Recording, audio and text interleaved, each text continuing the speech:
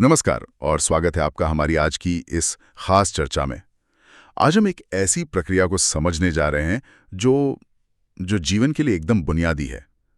अपनी आनुवांशिक जानकारी यानी डीएनए की बिल्कुल सटीक नकल तैयार करना। इसे कहते हैं डीएनए रेप्लिकेशन। सुनने में शायद सीधा लगे, पर ये आणविक स्तर पर बहुत ही जटिल, तेज और सच कहूं तो हैरान करने वाली सटीक प्रक्रिया है। हमारे पास कुछ अच्छे स्रोत हैं, खासकर एक विस्तृत अध्याय के कुछ हिस्से, जिनके सहारे हम आज इसकी गहराइयों में उतरेंगे। कोशिश ये समझने की है कि हमारी कोशिकाएं आखिर ये नकल इतनी सटीकता से बनाती कैसे हैं और ये जीवन के लिए इतना महत्वपूर्ण क्यों है। तो चलिए शुरू करते हैं। ये सोचना ही अजीब है कि एक अणु खुद की नकल कैसे बनाता है। अच्छा, सबसे पहले एक बुनियादी बात। कहा जाता है कि डीएनए रेप्लिकेशन सेमी कंजर्वेटिव होता है। ये शब्द थोड़ा भारी है, इसका मतलब क्या हुआ? हाँ, ये शब्द सुनने में तकनीकी लगता है, पर इसका मतलब बड़ा दिलचस्प है। आप डीएनए की वो दोहरी कुंडली, डबल हेलिक्स तो जानते ही हैं। तो जब नकल बनाने का वक्त आता है, ये कुंडली बीच से खुल जाती है, मतलब जैसे कोई जिप खोल रहा हो। अब जो दो पुराने धागे या स्ट्रैंड्स अलग हुए, उनमें से हर एक एक टेम्पलेट यानी सांचे की तरह काम करता है और इसी सांचे पर बिल्कुल एक नया साथी स्ट्रैंड बनता है। तो नतीजा ये होता है कि दो नए डीएनए अणु बनते हैं और हर एक में एक स्ट्रैंड पुराना होता है और एक एकदम नया। अच्छा, आधा पुराना आधा नया। जी हाँ, बिल्कुल। इसीलिए इसे सेमी कंजर्वेटिव या अर्ध संरक्षी कहते हैं। ये पक्का करता है कि जानकारी सही सही अगली पीढ़ी तक जाए। ये तो कमाल का तरीका है जानकारी बचाने का। लेकिन आपने कहा जिप खुलती है।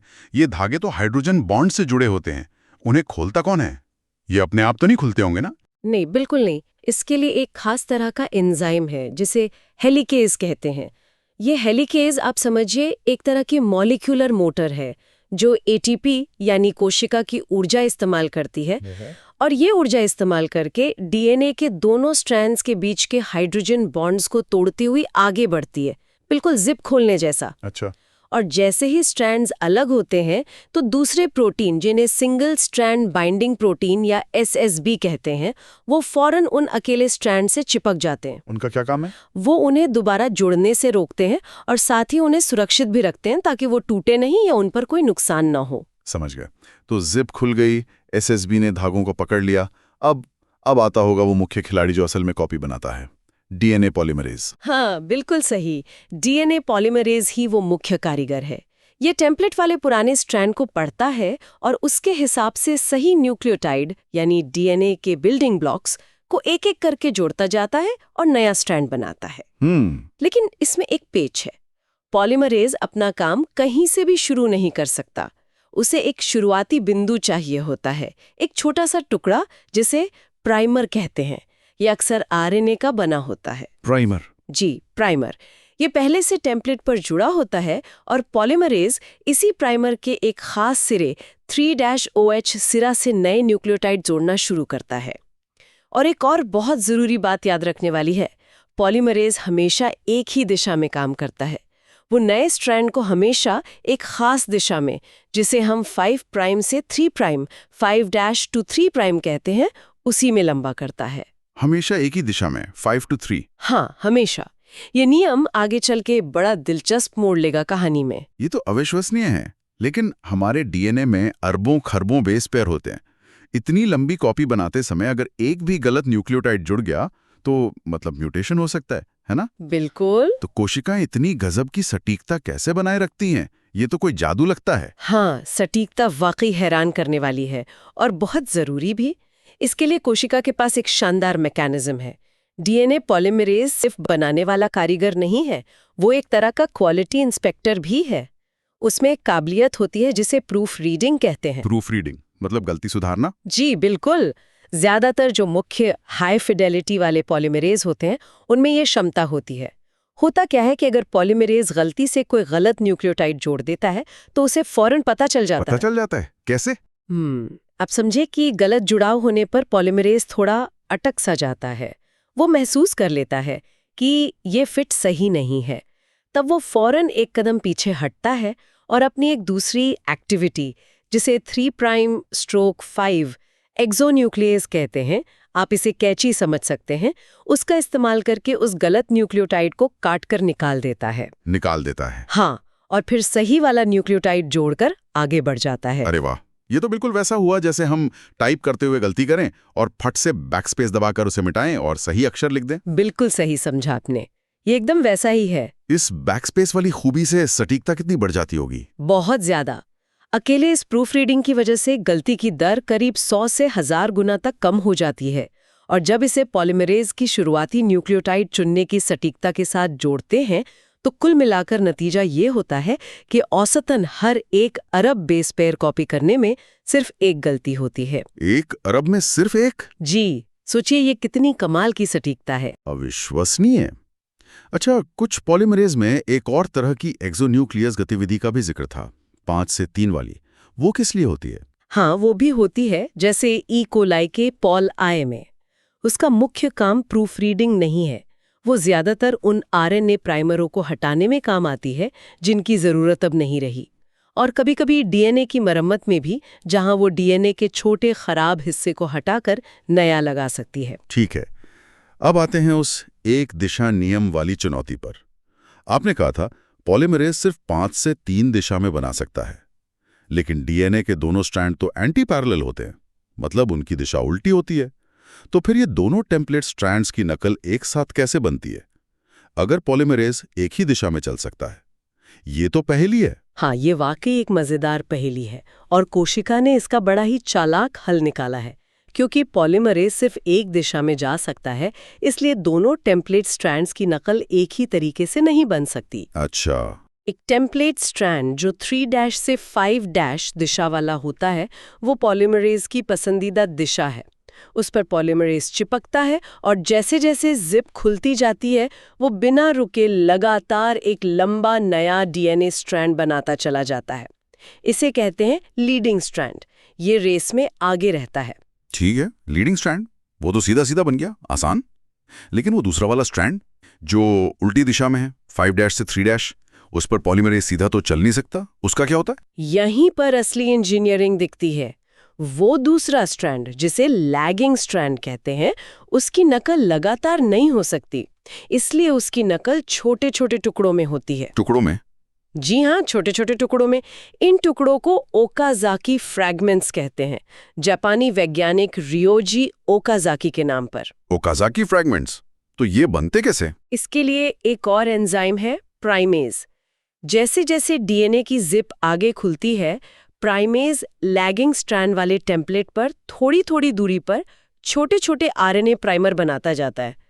फिर डीएनए पॉलीमरेज आता है, एक प्राइमर से जुड़ता है, और पीछे की तरफ यानी 5' 3' दिशा में डीएनए का एक छोटा टुकड़ा यानी ओकाजाकी फ्रैगमेंट बनाता जाता है। ये तब तक बनता है जब तक वो पिछले टुकड़े की प्राइमर तक ना पहुंच जाए। अच्छा। फिर वो हट जाता है और आगे लगे नए प्राइमर से जुड़कर अगला टुकड़ा बनाता है। ये ऐसे ही चलता रहता है। समझ गया। तो एक स्ट्रैंड लगातार और दूसरा टुकड़ों में रुक रुक कर, इसीलिए उसे लैगिंग कहते हैं, वो पीछे रह जाता है। बिल्कुल। लेकिन अंत में तो हमें पूरा जुड़ा हुआ स्ट्रैंड चाहिए। तो ये ओकाजाकी टुकड़े आपस में जुड़ते कैसे हैं? और वो जो आरएनए प्राइमर लगे थे, उनका क्या होता है? बहुत अच्छा सवाल। इसके लिए भी अलग एंजाइम है। पहले एक दूसरा डीएनए पॉलीमरेज, जैसे एस्चेरिशिया कोलाई में पॉल 1 आता है। वो आरएनए प्राइमर को हटाता है अपनी 5 to 3 एक्सोन्यूक्लियस एक्टिविटी से, और उसकी जगह सही डीएनए न्यूक्लियोटाइड भर देता है। ठीक है, प्राइमर हट गया, डीएनए लग गया। हाँ, लेकिन अब भी उन टुकड़ों के बीच एक छोटी सी दरार या निक रह जाती है जहां बैकबोन नहीं जुड़ी होती। इस दरार को भरने के लिए आखिरी खिलाड़ी आता है, डीएनए लाइगेज। लाइगेज? जी, लाइगेज। आप इसे मॉलिक्यूलर गोंद या स्टेपलर समझ सकते हैं। ये लाइगेज ऊर्जा का इस्तेमाल करके उन टुकड़ों के बीच फॉस्फोडाइस्टर बॉन्ड बना के उन्हें मजबूती से जोड़ देता है, और इस तरह सारे ओकाजाकी टुकड़े जुड़कर एक पूरा कंटिन्यूअस लैगिंग स्ट्रैंड बन जाता है। बाप रे, ये तो पूरी एक फैक्ट्री लग रही है अंदर। हेलिकेज जिप खोल रहा है, एसएसबी पकड़ रहा है, प्राइमेज प्राइमर लगा रहा है, पॉलीमरेज बना रहा है, प्रूफ रीड कर रहा है, फिर दूसरा पॉलीमरेज प्राइमर हटा रहा है, लाइगेज जोड़ रहा है। ये सब क्या अलग अलग घूमते रहते हैं या एक साथ काम करते हैं? आपने बिल्कुल सही पकड़ा। ये कोई अलग अलग मजदूर नहीं है, ये सब मिलकर एक बड़ी कोऑर्डिनेटेड मशीन की तरह काम करते हैं, एक पूरी टीम। इस पूरी प्रोटीन मशीनरी को रेप्लिसोम कहते हैं। रेप्लिसोम? हाँ, रेप्लिसोम। ये एक बड़ा कॉम्प्लेक्स है जिसमें रेप्लिकेशन के ज्यादातर जरूरी एंजाइम और प्रोटीन एक साथ जुड़े होते हैं। हेलिकेज, प्राइमेज, लीडिंग और लैगिंग स्ट्रैंड बनाने वाले पॉलीमरेज, एसएसबी प्रोटीन सब एक साथ रेप्लिकेशन फोर्क पर चलते हैं। ये टीम वर्क ही इस प्रक्रिया को इतना तेज और कुशल बनाता है। इसमें एक चीज का जिक्र आता है, स्लाइडिंग क्लैंप। सुनने में अजीब है। ये क्या है और ये इतना जरूरी क्यों लगता है? स्लाइडिंग क्लैंप बहुत ही महत्वपूर्ण है, खासकर रफ्तार के लिए। ये एक डोनट जैसा छल्ले के आकार का प्रोटीन है। डोनट जैसा? हाँ, और ये डीएनए स्ट्रैंड को पूरी तरह से घेर लेता है, जैसे हम उंगली में अंगूठी पहनते हैं। फिर ये क्लैंप डीएनए पॉलीमरेज से जुड़ जाता है। इसका मुख्य काम है पॉलीमरेज को डीएनए पर कसकर पकड़े रखना, उसे फिसलने या हटने नहीं देना। अच्छा, तो ये पॉलीमरेज को पटरी पर बनाए रखता है? बिल्कुल, आप ऐसा कह सकते हैं। इसकी वजह से पॉलीमरेज एक बार में हजारों, यहाँ तक कि लाखों न्यूक्लियोटाइड जोड़ सकता है बिना डीएनए से अलग हुए। इसे एंजाइम की प्रोसेसिविटी कहते हैं। बिना क्लैंप के पॉलीमरेज बार बार डीएनए से छूट जाता और रेप्लिकेशन बहुत धीमा हो जाता। और ये इस डोनट या क्लैंप को डीएनए पर पहनाता कौन है? ये खुद तो नहीं चढ़ जाता होगा? नहीं, इसके लिए भी एक सहायक मशीनरी है जिसे क्लैंप लोडर कहते हैं। ये क्लैंप लोडर एटीपी ऊर्जा का इस्तेमाल करके क्लैंप के छल्ले को खोलता है, उसे सही जगह पर डीएनए पर फिट करता है, खासकर प्राइमर के पास, और फिर छल्ले को बंद कर देता है। कमाल है। अब पॉलीमरेज क्लैंप से जुड़कर अपना काम शुरू कर देता है। तो ये पूरी रेप्लिसोम मशीन जिसमें लीडिंग और लैगिंग स्ट्रैंड वाले पॉलीमरेज जुड़े हैं, ये एक साथ आगे कैसे बढ़ते हैं? जबकि लैगिंग स्ट्रैंड तो टुकड़ों में बन रहा है, क्या लैगिंग वाला पीछे नहीं छूट जाता? ये भी एक बड़ा सवाल था, पर अब माना जाता है कि ऐसा नहीं होता। रेप्लिसोम की संरचना ऐसी है कि दोनों पॉलीमरेज जुड़े रहते हैं। इसके लिए होता यह है कि जो लैगिंग स्ट्रैंड वाला टेम्पलेट है वो मुड़कर एक लूप बना लेता है। लूप? हाँ, एक लूप। ये लूप रेप्लिसोम से होकर गुजरता है। इस लूप बनाने की वजह से भले ही लैगिंग टेम्पलेट की दिशा उल्टी हो, दोनों पॉलीमरेज इंजन एक ही भौतिक दिशा में, यानी रेप्लिकेशन फोर्क के खुलने की दिशा में साथ साथ आगे बढ़ सकते हैं। अच्छा, ये थोड़ा जटिल है। हाँ, इसे कभी-कभी ट्रोम्बोन मॉडल भी कहते हैं, क्योंकि वो डीएनए लूप एक म्यूजिकल इंस्ट्रूमेंट ट्रोम्बोन के स्लाइड जैसा घटता बढ़ता रहता है। दिलचस्प। क्या हम इंसानों में या दूसरे यूकैरियोट्स में ये सब बिल्कुल ऐसा ही होता है या कुछ अलग है? देखिए, मूल सिद्धांत तो वही है। मतलब semi conservative, leading, lagging strand, primer, proof reading, sliding clamp, जिसे यूकैरियोट्स में पीसीएनए कहते हैं, ये सब मिलता जुलता है। लेकिन हाँ, यूकैरियोट्स में प्रक्रिया और भी ज्यादा जटिल है। कैसे? एक बड़ा अंतर ये है कि हमारे पास कई अलग अलग तरह के डीएनए पॉलीमरेज होते हैं और सबके काम ज्यादा स्पेशलाइज्ड होते हैं। जैसे कोई शायद लीडिंग स्ट्रैंड बनाए, कोई लैगिंग, कोई प्राइमर बनाने में मदद करे। अच्छा। दूसरा, हमारा डीएनए बहुत लंबा होता है और हिस्टोन प्रोटीन के चारों ओर लिपटा होता है, जिसे क्रोमेटिन कहते हैं। तो रेप्लिकेशन के दौरान उस पूरे पैकेजिंग को खोलना और फिर कॉपी बनाने के बाद वापस पैक करना, ये भी एक अतिरिक्त चुनौती है। ये रेप्लिकेशन मशीन तेजी से जा रही है और रास्ते में डीएनए पर कोई क्षति आ जाए, कोई डैमेज्ड हिस्सा, शायद यूवी लाइट से या किसी केमिकल से, तब क्या होता है? क्या सब रुक जाता है? ये कोशिका के लिए बहुत खतरनाक स्थिति हो सकती है। अगर रेप्लिकेशन फॉर्क किसी डैमेज पर आकर रुक जाए और आगे ना बढ़ पाए तो डीएनए टूट सकता है। हाँ, ये तो गंभीर होगा। जी, लेकिन कोशिकाओं के पास इससे निपटने के तरीके भी हैं।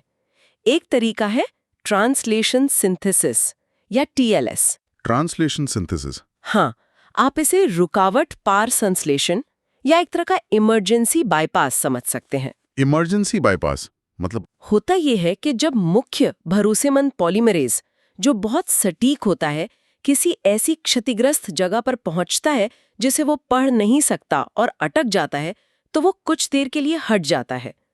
उसकी जगह कुछ विशेष कम सटीक वाले पॉलीमरेज आ जाते हैं, टीएलएस पॉलीमरेज। कम सटीक वाले? हाँ, इनकी खासियत ये होती है कि ये उस क्षतिग्रस्त बेस के आर पार डीएनए बना सकते हैं, भले ही उन्हें ठीक से पता ना हो कि सामने क्या है। वो अक्सर अंदाजा लगाकर कोई भी न्यूक्लियोटाइड जोड़ देते हैं। तो गलती हो सकती है। बिल्कुल, इसमें गलती होने का खतरा ज्यादा होता है और ये म्यूटेशन का एक कारण बन सकता है। लेकिन इसका फायदा ये है कि ये रेप्लिकेशन फोक को पूरी तरह रुकने और टूटने से बचा लेता है। एक बार वो मुश्किल जगह पार हो गई तो ये टीएलएस पॉलीमरेज हट जाता है और मुख्य हाई फिडेलिटी वाला पॉलीमरेज वापस आकर काम संभाल लेता है। तो ये एक तरह का समझौता है, बड़ी तबाही से बचने के लिए छोटी गलती का जोखिम उठाना। हाँ, कुछ ऐसा ही। कोशिका के लिए रेप्लिकेशन पूरा करना पहली प्राथमिकता होती है। ठीक है, हमने प्रक्रिया के बीच की बहुत सी बातें की, लेकिन ये सब शुरू कहाँ से होता है और खत्म कहाँ होता है? क्या रेप्लिकेशन डीएनए पर कहीं से भी शुरू हो जाता है? नहीं, ऐसा नहीं होता। रेप्लिकेशन की शुरुआत डीएनए पर कुछ खास जगहों से होती है, जिन्हें ओरिजिन ऑफ रेप्लिकेशन कहते हैं। ओरिजिन? जी, ओरिजिन। बैक्टीरिया में आमतौर पर एक ही ओरिजिन होता है, उनके गोल क्रोमोसोम पर। लेकिन हम जैसे यूकैरियोट्स में हर लंबे क्रोमोसोम पर कई सारे ओरिजिन होते हैं। कई सारे क्यों? ताकि इतने लंबे डीएनए की नकल जल्दी पूरी हो सके। अगर एक ही जगह से शुरू हो तो बहुत समय लग जाएगा। इन ओरिजिन साइट्स पर कुछ खास इनिशिएटर प्रोटीन आकर जुड़ते हैं। वो डीएनए को थोड़ा खोलते हैं और फिर हेलिकेज और बाकी रेप्लिसोम मशीनरी को वहां बुलाते हैं। वहीं से रेप्लिकेशन शुरू होता है। और खत्म कैसे होता है? मशीनरी को कैसे पता चलता है कि अब बस काम पूरा? खासकर बैक्टीरिया में जहां क्रोमोसोम गोल है। बैक्टीरिया जैसे ई कोलाई में जिनका क्रोमोसोम गोल होता है, रेप्लिकेशन ओरिजिन से शुरू होकर दोनों दिशाओं में जाता है। क्रोमोसोम पर ओरिजिन के लगभग उल्टी तरफ कुछ खास टर्मिनेशन सीक्वेंस या ट साइट्स होती हैं। ट साइट्स, हाँ। इन साइट्स पर एक प्रोटीन बैठ जाता है जिसका नाम है टस। ये टस प्रोटीन एक तरह के वन वे गेट की तरह काम करता है। ये हेलिकेज को एक दिशा से तो रोक देता है पर दूसरी से नहीं, क्योंकि ये साइट्स अलग अलग दिशाओं के लिए होती हैं। ये मिलकर एक रेप्लिकेशन फोक ट्रैप बनाती हैं। जब दोनों तरफ से आते हुए रेप्लिकेशन फोक इस ट्रैप में पहुंचते हैं और रुक जाते हैं तो रेप्लिकेशन पूरा हो जाता है। अच्छा, एक ट्रैप बन जाता है। और यूकैरियोट्स में हमारे लंबे क्रोमोसोम में अंत कैसे होता है? यूकैरियोट्स में टर्मिनेशन थोड़ा कम साफ है। अक्सर ये तब होता है जब दो अलग अलग ओरिजिन से चले आ रहे रेप्लिकेशन फोक आपस में मिल जाते हैं, या फिर जब कोई फोक क्रोमोसोम के एकदम सिरे पर पहुंच जाता है, जिसे टीलोमेयर कहते हैं। तो कुल मिलाकर देखिए तो डीएनए रेप्लिकेशन सिर्फ कॉपी बनाना नहीं है, ये तो आणविक स्तर पर इंजीनियरिंग का एक अविश्वसनीय उदाहरण है। सेमी कंजर्वेटिव नकल, वो लीडिंग और लैगिंग स्ट्रैंड का बनना, ओकाज़ाकी फ्रैगमेंट्स, प्रूफ रीडिंग वाली सटीकता, रेप्लिसोम का वो पूरा डांस, ये सब जीवन के लिए मौलिक है। बिल्कुल। ये पूरी प्रक्रिया दिखाती है कि विकास ने मॉलिक्यूलर लेवल पर कितनी अद्भुत, कुशल और भरोसेमंद प्रणाली बनाई है। सेमी कंजर्वेटिव तरीका जानकारी को सुरक्षित रखता है। लीडिंग लैगिंग स्ट्रैंड का तरीका डीएनए की संरचना की चुनौती का हल है। और प्रूफ रीडिंग और मरम्मत के तंत्र हमारी जेनेटिक जानकारी को अखंड बनाए रखते हैं। आज की इस चर्चा के बाद एक बात मेरे मन में घूम रही है। हमने देखा कि ये प्रक्रिया अविश्वसनीय रूप से सटीक है, 1 अरब में सिर्फ एक गलती। लेकिन वो जो एक दुर्लभ गलती हो जाती है, या वो जो डीएनए डैमेज ठीक नहीं हो पाता और टीएलएस बाईपास से गुजर जाता है, आखिर में उसका क्या होता होगा? उसका असर उस जीव पर और लंबे समय में देखें तो पूरी प्रजाति के विकास पर क्या पड़ता होगा? ये सवाल शायद हमें म्यूटेशन, बीमारियों और शायद विकास के ही और गहरे सवालों की तरफ ले जाता है। इस पर सोचना वाकई दिलचस्प है।